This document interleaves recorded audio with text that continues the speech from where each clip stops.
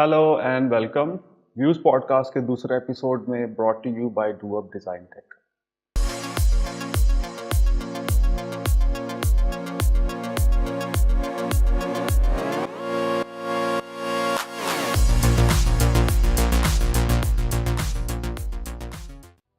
आज के एपिसोड में we are switching up the format a bit और हम शुरू करने वाले हैं अपना analysis into the subject of implementation of design in India. We are starting off with a very broad description. In the future episodes, हम narrow down करेंगे on the problem statements and use cases we are most interested in. But for today, let's just have a very general overview. आज के हमारे episode का गोल है to lay down a framework of understanding around the state of implementation regarding design as we see in our country today. हमारा main focus would be the experience of outdoors in the country. That basically means city areas, urban areas, and हम ये समझने की कोशिश करेंगे कि कैसे historic factors have accumulated over the course of time and given us the present that we see today. Obviously, for any geography or any particular area, it has its own unique features and its own unique experiences in the past. और हम इस subject को trivialize या oversimplify करने की कोशिश नहीं कर रहे हैं. We obviously know कि design is a very broad field. In fact, it's an umbrella term for a set of disciplines, for a set of methodologies which are implemented under various industries, various verticals and various use cases. But when you talk about our country, या आप हमारी country से आगे जाके पूरे subcontinent का analysis करेंगे, तो you will see that कुछ factors ऐसे हैं जो common है और it is in those common factors कि हमें वो thread मिलता है जिसके ज़रिए हम understand कर सकते हैं more universally what is going on. तो इस process में हमारा पहला step would be to understand कि कैसे geographical factors, climate conditions और other natural variables kind of set the stage, because ultimately whatever human civilizations and human populations end up doing, much of it is pre-directed by a set of boundary conditions which is defined by the physical reality of any given landmass. The first thing that we need to understand is the geographic and the demographic diversity of our nation. When it comes to diversity, हम comfortably ये claim कर सकते हैं कि India is definitely in the running for the most diverse place on the planet when it comes to geography and biodiversity. Just look at the fact that on the southern end of the country, you have one of the longest and the richest coastline in the world. और उसी country के northern end में you have practically the highest mountain range in the whole world. So imagine एक piece of land जिसके extremities are defined by the highest mountain range in the world on one end, और दूसरे end पे one of the richest coast lines with a very rich history of trade, commerce, culture, and between these two extremities you have practically every kind of landscape that you can imagine. ये understand करना बहुत ही ज़रूरी है the point around the geographic diversity, because the demographic and the biodiversity are downstream of the geographic diversity. Because of the factors of evolution, all biodiversity and human populations are affected directly by the geographical features of a landmass. So India, being such a diverse place, emerges as again a very, very diverse place when it comes to the people of the country as well. And it's not just India as a country. अगर हम historical context में इस landmass को understand करने की कोशिश करते हैं, तो we have to take the whole subcontinent into the picture. Because before formation of countries in the 20th century and before the colonial era, when we look at the kingdoms and the princely states of the past, we see that the boundaries do not resolve around the national boundaries of today. They extend far beyond what we see as the India or any other country in the subcontinent for that matter. So, looking at the landmass of the subcontinent as a whole, we can see that the diversity that is encompassed in this area is simply mind-boggling. Now, if you're getting confused, how is the topic of design related to geographic diversity? Just think for a moment. The life of a person living on a hill where you have extreme cold for 7 to 8 months in a year, and compare that to someone who is living near a coastline. इन दोनों जगहों में रहने वाले लोग और उनके daily challenges are very different. इन जगहों पर रहने वाले लोगों को जब अपने घर डिजाइन करने होंगे तो उन्हें जो कंस्ट्रेंट्स और उन्हें जो प्रॉब्लम्स फेस करनी है, they are also very different. So the approach that they take in making things for themselves, for their daily use, the place where they live, how they transport their food, what they grow, what they eat, practically everything is affected by the geographic features of the area they are living in. जैसे ही you start to gain clarity around the subject of geographic diversity leading to biodiversity, it is easy for you to segue into the next important factor, which is the cultural diversity. Cultural evolution एक ऐसी term या एक ऐसा subject है, I think इसको formally introduce नहीं किया जाता है in major curriculums, but to understand कि एक सिटी का कैरेक्टर कैसे बिल्ड होता है और एक कंट्री का कैरेक्टर कैसे बिल्ड होता है, it is very important for us to understand कि what forces have shaped the evolution of a particular culture. As we just laid out, the simple fact that a population has to tackle the local landscape, the local climate, and the local challenges posed by the geography itself, आप ये visualise कर पाएंगे कि कैसे cultural evolution is affected by the geographical reality of land mass. There is a very popular saying in India कि every few kilometres you travel आपको change दिखेगा in the culture, cuisine and the lifestyle of people. That is simply what we are trying to explain here with our reasoning कि कैसे the change in land features and the properties of a geography result and trickle down into cultural changes for the people living in those areas. For the sake of simplifying and making this analysis approachable, हम cultural evolution को 3 parts में divide करके approach करेंगे. इसका पहला part है starting from remote antiquity till about 9th to 10th century.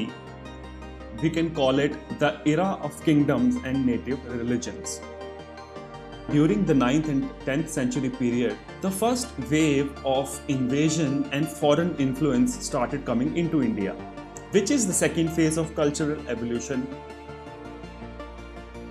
followed by which we have the last and the current phase of cultural evolution in India, which is the post-independence era, or simply put, the modern era.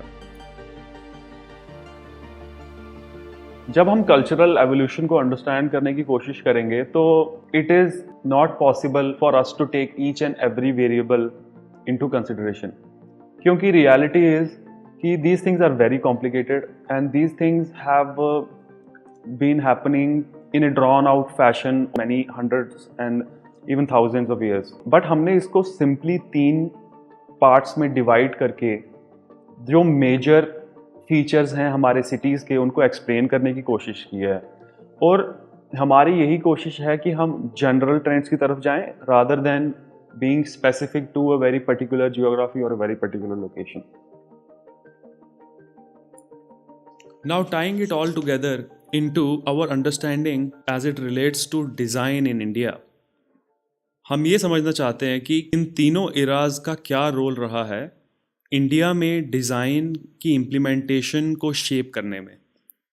तो briefly put, we can say that most of the Indian cities were founded in the first era, which is the era of kingdoms and native religions. In the second era, that is the era of invasions and foreign influences, in cities का character expand हुआ है, जिसमें religious influences और foreign influences के घुलने और मिलने से the spectrum of architectural, cultural and in general the spectrum of variety has been broadened. And modern era, जिसमें एक इंडिपेंडेंट इंडिया अपने कैरेक्टर को डिफाइन करने की शुरुआत की है। Most of the tier 1, 2 and 3 cities in India are historical cities. That is to say कि उनकी फाउंडेशन बहुत ही पुराने किंगडम्स द्वारा रखी गई थी। This brings us to a very important feature that we can witness even today in most Indian cities. That is the split between old and the new city. चाहे वो हमारी देश की कैपिटल हो, चाहे वो आपके स्टेट की कैपिटल हो, इवन मैक्सिमम टीयर 3 और 4 सिटीज़ में भी ये चीज़ एग्जिस्ट करती है। The split between old and the new city. इसका रीज़न बहुत ही सिंपल है। ओल्ड सिटी की नींव किंगडम्स द्वारा बहुत पहले रखी गई थी। जिस ज़माने में एक शहर का सेंट्रल फीचर रूलिंग पार्टी का इस्टेब्लिशमेंट हुआ करता था, जो कि यूजुअली एक कैसल या फोर्ट की फॉर्म में आप देख सकते हैं। And the second most important feature ऐसे शहरों के लिए was the surrounding densely populated and poorly planned population center, जिसको आज भी आप कई शहरों में विटनेस कर सकते हैं। ये ओल्ड और न्यू के बीच में स्प्लिट इंडिया की मोस्ट सिटीज में प्रेजेंट है। और ये बात इंटरेस्टिंग है कि आज तक ओल्ड सिटीज के पॉपुलेशन और public interest in that part of the city कम नहीं हुआ है। In fact, you can even notice कि most of the new city and the new urban development इस old city की extremities से शुरू होके इसके around ही हुई है। Very rarely is the case कि old और new cities are separated by a physical gap. In most cities you will see कि old ends where the new begins and it's a natural fade between the old and new. And somehow in India we have seen that both of these parts are integrated into one big chunk which is called the city itself. चाहे new Delhi हो, चाहे मुंबई हो, चाहे हैदराबाद हो, Calcutta, Bangalore, all capitals of all states in India mostly have this feature. So this is one of those things that once you see it, it's impossible to unsee it because it is such a prominent feature of most cities in India. और एक बार आप इसका historical background समझ जाओगे तो now we can move on to the next part of this evolution, which is the diversification of these cities. After the foundation of initial old cities, in the second phase of the cultural evolution as laid out here, बहुत ही intense diversification started happening in that phase. Because of the incoming influences of foreign invaders and foreign religions, there was a lot of turmoil in that time, to put it mildly. And obviously, it was not an easy time for the country because there was a lot of fighting and there was a lot of war in that era. But इसका result ये हुआ है कि on the ground जो diversification, जिस तरह की diversification उस एरा में हुई है, it is simply unmatched anywhere in the whole world. Most iconic structures and most iconic buildings जो आज इंडिया में चाहे टूरिस्ट डेस्टिनेशंस हों या चाहे यूनेस्को हेरिटेज साइट्स हों, most iconic structures are from this era of intense diversification. चाहे वो इस्लामिक इन्फ्लुएंस हो coming to India through Mughals and their architecture, और चाहे वो डच इन्फ्लुएंस हो, चाहे वो फ्रेंच इन्फ्लुएंस हो, चाहे वो ब्रिटिश इन्फ्लुएंस हो, ये सारे influences were able to integrate themselves into the broader context of the Indian subcontinent. After the second phase we come to the current phase, which is the post-independence or the modern era. Coming into the modern era, after independence, India adopted a socialist economic model, जिसका मतलब था कि once again India went on a different route. In the 1950s, 60s and 70s, technology और science में tremendous growth पूरे world में देखने को मिली, चाहे communications, rocket science, jet engines, automobiles, construction, fabrication, manufacturing, material science, practically हर field में 50s, 60s और 70s के डेकेड्स में there was an explosion in the growth of technology and science. But India socialist model चुनने की वजह से again ये सब डेवलपमेंट का फायदा नहीं ले पाया। So just imagine the double whammy that India got itself into. So the first part of it was during the Industrial Revolution, जब Western countries were expanding out of their size into colonial powers. अगर आप world growth को study करने की कोशिश करेंगे तो you will see industrial revolution as a big change in the way things were done, a major change, and then after that you will see the semiconductor and the information revolution which is happening right now. We are in the age of information revolution, entering a new era with the advent of technologies, or you can say with the spreading of technologies like machine learning based AI and quantum computers. The machines are getting smarter and faster with every passing month. With the help of mechanization and automation, with the technology of industrial era, उस time पर भी India being a subject to colonization could not adopt the new development in technologies for its benefit. In fact, colonizers जो भी India आ रहे थे वो technology अपने साथ लेकर तो आए, बट उन्होंने इंडिया को टेक्नोलॉजी इंडिया के फायदे के लिए नहीं बल्कि इंडिया के एक्सप्लॉयटेशन के लिए दी। और इंडिया में जिस तरह की इंडस्ट्रियलाइजेशन हो सकती थी वैसी कभी नहीं हो पाई। और सून आफ्टर ये कॉलोनियल इरा जब खत्म हुआ उसके बाद इंडिया सोशलिस्ट मॉडल अडॉप्ट करके वंस अगेन अपने आप को डेवलपमेंट के रास्ते से जोड़ने से चूक गया। So because of this 1950s, 60s और 70s में इंडिया का ग्रोथ रेट बहुत ही कम रहा और 1980s के अराउंड इंडिया में चेंजेस की शुरुआत हुई, which finally culminated into the economic reforms of 1991, which finally made India into a free market economy. Only after this major change happened, India की economic development finally started happening at a fast rate.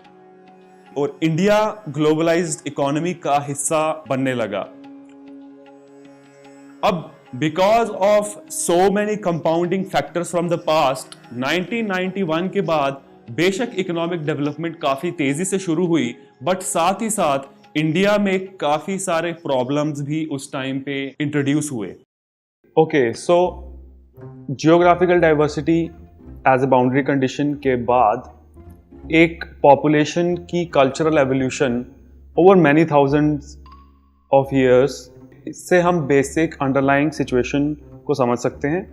Building on top of that, when we look at the modern और post independence era, तो हमें समझ में आता है कि कैसे इंडिया आफ्टर इंडिपेंडेंस स्ट्रगल और चैलेंजेस को फेस करते हुए वर्ल्ड इकोनॉमी के साथ अल्टीमेटली जुड़ने लगा है।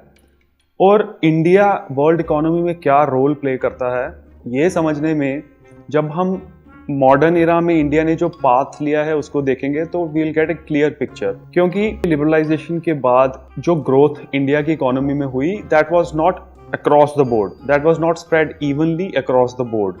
कुछ इंडस्ट्रीज में there was much better growth than some other industries, और कुछ traditional industries which were facing challenges were also overhauled with some amount of success in some cases and a lot of activity overall, because India's economy is also quite a diverse topic and a very deep topic to be studied at its own.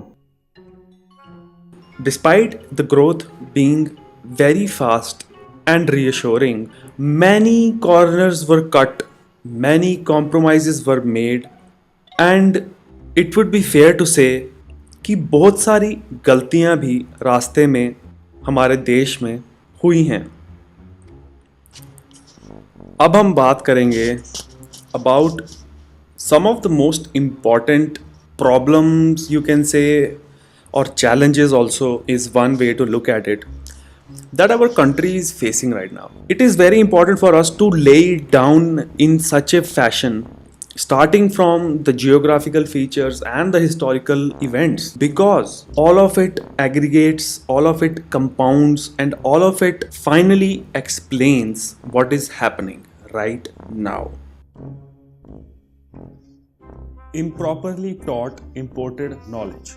Improperly taught imported knowledge का मतलब है कि borrow की गई knowledge which is not spread properly in the population can lead to disparity. See, India in ancient times has been well known as a knowledge center in the region. In fact, before 1700s, India और China की economy combined was 40% of the world GDP. इसका मतलब है कि India was the centre of economic, educational and trade activity. But time के साथ, because of the circumstances, India has lost that place. 1950s, 60s और 70s में technology की जो ग्रोथ हुई है उसमें इन्वॉल्व ना होने के कारण India was left behind. So after the reforms of 1991, जब इंडिया की economy finally started integrating with the global economy, Indians had no time to start making their own knowledge. They had to import knowledge from the west and implement into the country. अब इसके साथ कई problems हमारी society में आई. पहली problem language difference, जैसे कि most of the knowledge जो वेस्ट से इंडिया में आई वो इंग्लिश में आई. And obviously English already had a role to play in the Indian ethos because of India being a major British colony for the past 200 to 300 years. तो just the simple fact कि जो knowledge India में, जो latest knowledge India में आ रही थी वो English में थी, एक major chunk of the population could not catch up with it in the rate it should have. तो इसकी वजह से एक disparity create हुआ. Another important factor to know is that knowledge is always based on a context.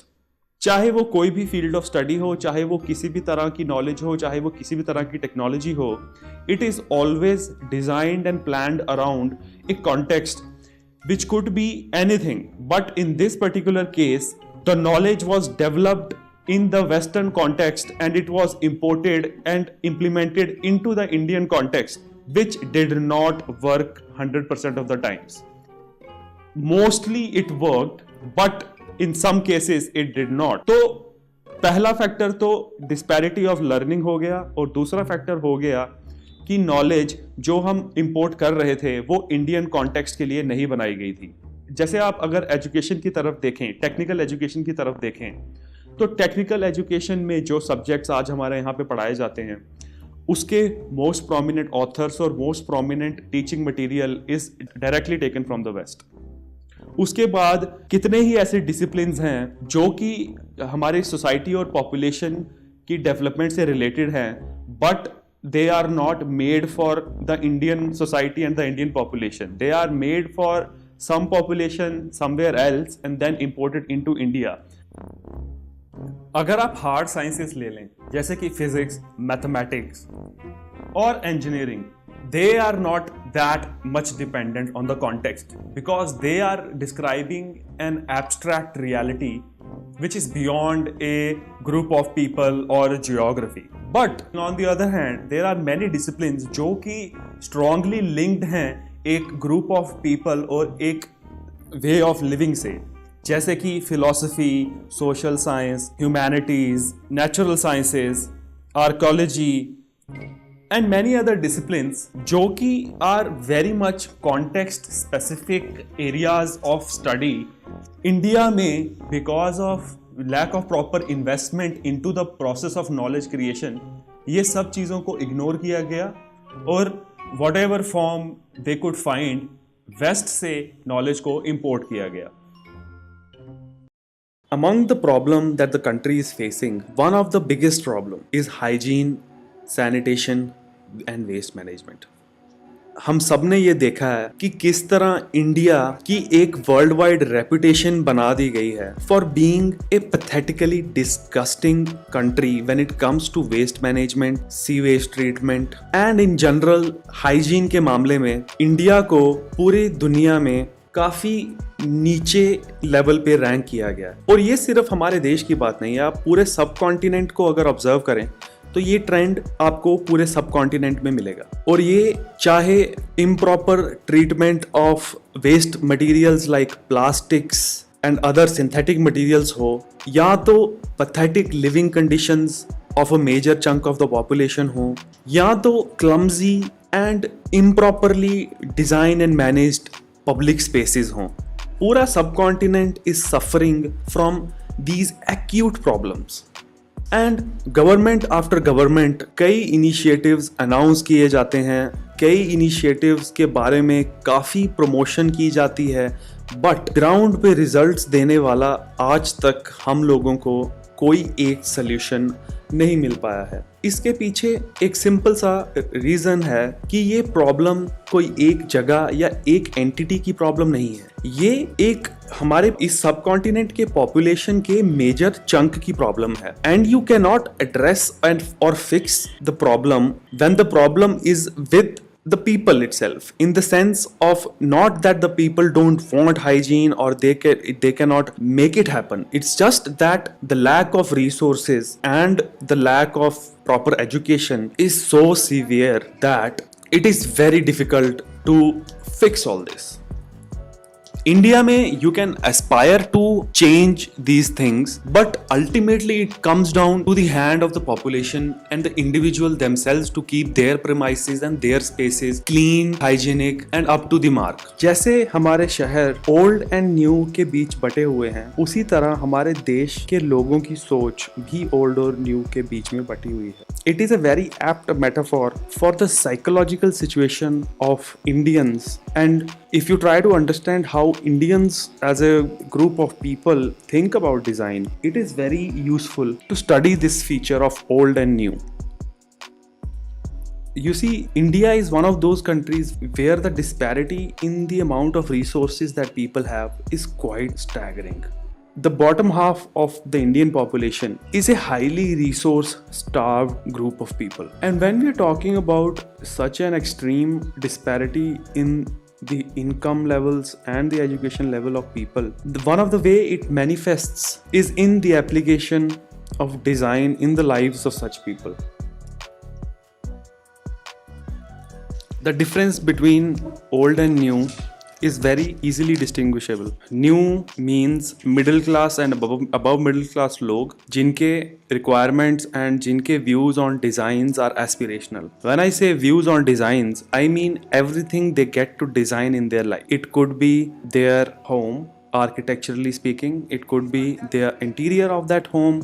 It could be their brands, it could be their businesses, it could be the way they dress. So all of these factors taken into consideration, for the people who are above average, above middle class, for them the criteria is mostly aspirational and depends on what their intellectual inspirations are. Whereas for the larger chunk of the population which is below average and below middle class, they don't have as much choice as the other part. So what basically for them the case is that their design choices are desperate attempts at achieving a balance between form, function, aesthetics and expenditure, which is the most important factor. In this context, what we are trying to do is shake up the design ecosystem. क्योंकि technology में changes बहुत rapidly हुए हैं और कुछ ऐसी developments हमारी country और सोसाइटी में देखने को मिली हैं जो कि वर completely unimaginable a few decades ago. So why not bring that kind of a revolutionary focus on the area of design? Because to be very honest, we as a nation and a subcontinent are struggling with big challenges when it comes to the reality of our cities and reality of our outdoors. When you're talking about outdoors, it is very helpful to look at the retail markets in India. First of all, it is one of the biggest unorganized sectors in the whole world. Because in a developed country like United States, where you have 80 to 85% of retail is corporate owned, centralized companies, and the rest 10 to 15% is basically mom and pop stores. And those mom and pop stores in the developed countries are far ahead in terms of their planning and their execution. Whereas in India, you can say that according to reports by IBEF and other such entities, almost 90% of the whole retail market is practically unorganized, and the rest includes all the branded, centralized, organized retail plus e-commerce. So it's not even a comparable size when you look at the two sides, organized versus unorganized. Now for a country like India, which has such a huge retail sector and most of it is unorganized, it is very heartbreaking to see so much of our cities being filled with chaos and lack of management, because it does not start at the level of retailers. If you look at the municipal government dictated city planning, you will see that rarely an Indian city stands out and does a great job at that. While we all have our favorite spots and our favorite places in all the cities, and all the cities have something to love and like about, but the important point we are trying to get across here is that some cities do better than others and most of them don't do a very good job. If you look at exceptions to this thing, you can see like in the north, Chandigarh is seen as a great model for what a planned city should look like. And in the south, you can say the situation is much better because the south is in general much more industrialized and developed than the northern. This parity between north and south development levels is a function of many things. One of the most important things being the fact that India, being a country which has been invaded multiple times, the more barbaric and the more killing has happened in the northern borders, whereas in the southern border it has been more in touch with the trade routes and the trading, worldwide trading, shipping routes throughout the history, which has given it a edge over the north in terms of as far as the economic development part is concerned. Going to the result of all of this, let me remind you once again that listing down these problems, our goal is not to create a pessimistic image of static, unchanging liabilities and social problems in our country. The goal is change all this for the good. And to change all this for the good, the first step is going to be an accurate assessment of the problem. और इसके साथ ही we have reached the end of today's episode. हम जल्द ही वापस आएंगे कुछ और interesting और डीपर एनालिसिस करने इसी सेम टॉपिक पर। आपने इंटरनेट पे कुछ और भी वीडियोस देखी होंगी trying to explain the situation around Indian cities and the mess that we see every day. But the only difference is कि ये सिर्फ एक वीडियो नहीं है, ये एक स्टार्टअप है which is dedicated to the idea of fixing this problem. तो अगर आप भी पैशनेट हैं इस आइडिया से और हमें सपोर्ट करना चाहते हैं तो आप हमसे जुड़ सकते हैं थ्रू सोशल मीडिया और our website which is www.doup.in. Thank you so much for watching. See you guys in the next one.